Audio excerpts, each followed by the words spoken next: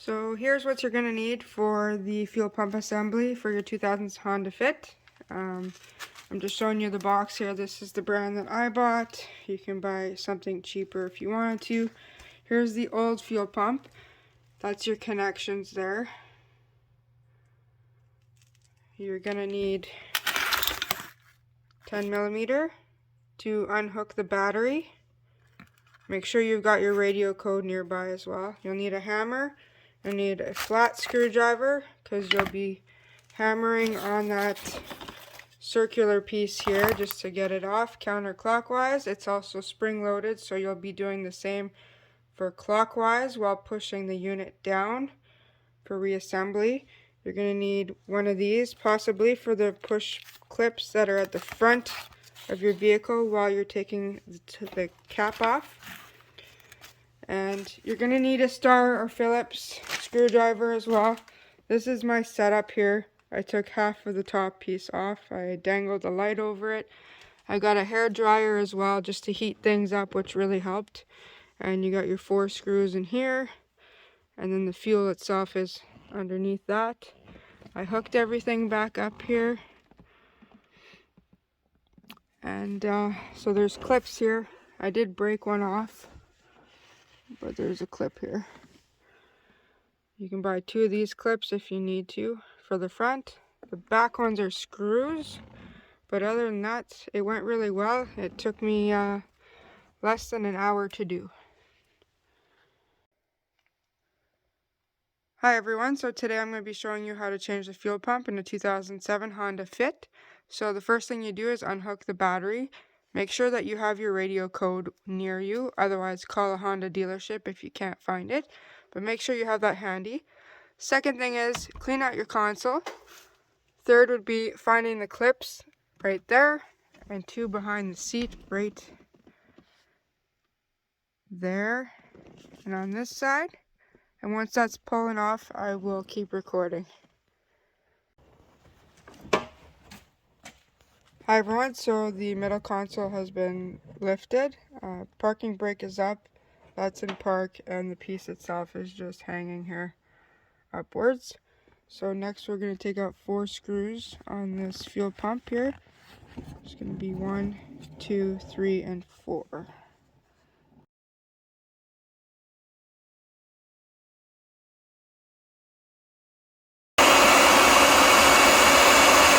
I'm just blowing out all the dust that's accumulated in here, as well as I'm heating up the retention clips because where I live it's quite cold right now. I don't want anything snapping on me because I need to reuse these. My next step is going to be pushing in those green retention clips and pulling the black piece of it out while still pinching that green retention clip in. One of them contains fuel, so you make sure you have a container nearby to quickly grab. The water bottle spout may not be large enough, so make sure it's a larger container, because once you get to it there'll be gas spilling everywhere. You're going to want a rag as well.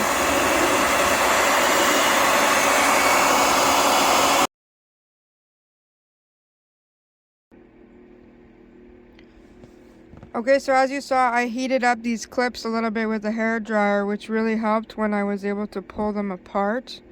You squeeze the green pieces on the top and then you pull the black piece apart. You want to keep these green retention clips.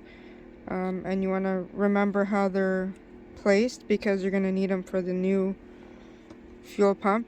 This one, once I take it out, I'm going to need a container, a water bottle with a large spout opening, or just a container, because it's going to spit out a lot of fuel.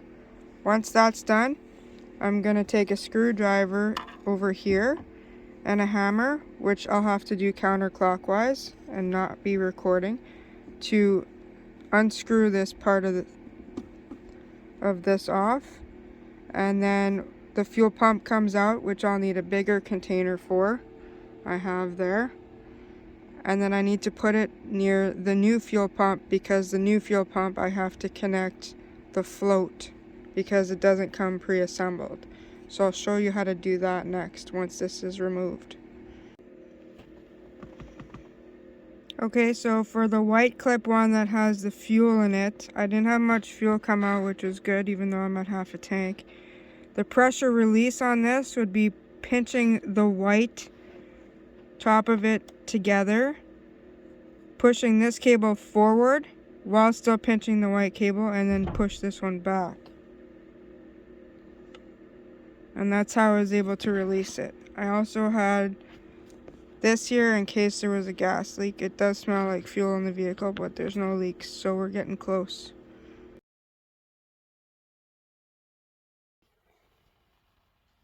Okay, so I took out the old fuel pump and I have the new one here.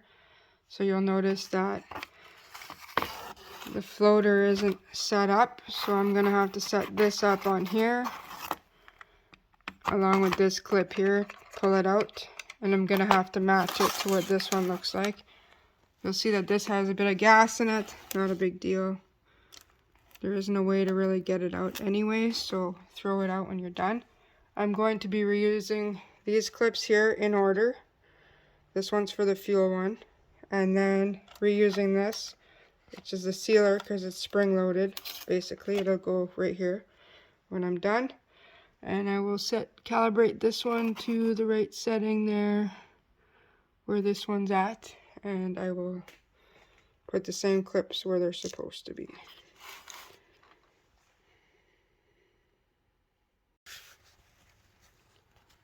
Okay, so I noticed that my new float doesn't have that black clip that's hanging there, so based on the instructions, picture 1 and 2, without even reading it, I basically have to make it look like that. So it's going to fit over top of the float piece here once it's pushed in, put together, and then this will go to secure it once I'm done.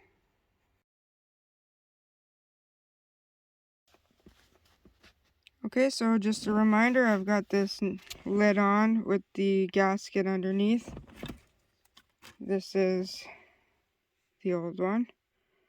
I actually replaced it with a new one. I didn't need to. But this thing is spring loaded, so you push down here and then you're turning this black thing counterclockwise as hard as you can, because you had to hammer it counterclockwise to get it off. So now you're doing the same by pushing this down and moving it clockwise to seal it properly.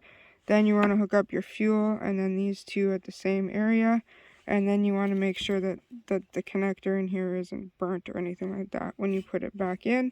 And then you're closing up shop here with everything, and everything should be straightforward to close back up.